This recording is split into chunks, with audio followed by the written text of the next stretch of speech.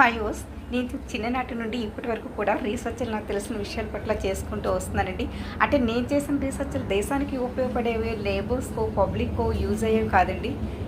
It's my self only అండి. ఇవన్నీ కూడా నా కోసమేనండి. చిన్నప్పుడు ఆకాశంలో ఏంటి నక్షత్రాలు ఏంటి, చందమామ, సూర్యుడు ఏంటి, వర్షం వస్తుంది, గాలి వేస్తుంది ఏంటి అని అలా పిచ్చి పిచ్చిగా ఈ ప్రకృతి గురించి ఆలోచించేదానండి. నాకేమీ అర్థమే చావలేదండి. 35 ఇయర్స్ వరకు ఆలోచించినా నాకేమీ అర్థం అవ్వలేదండి.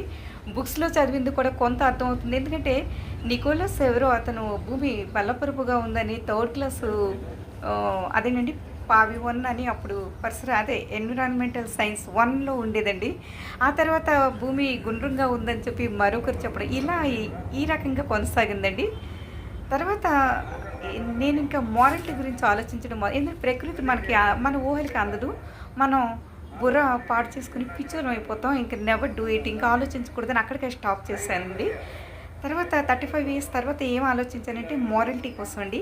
మారాలిటీ ఆలోచించినాక ఎక్కడ నీతి నియమాలు వాల్యూస్కి అసలు ఏ విధమైన రెస్పెక్ట్ కానీ ఏ విధమైన ఇది రెస్పాన్స్ కానీ ఉండదు నీతి నియమాలకి.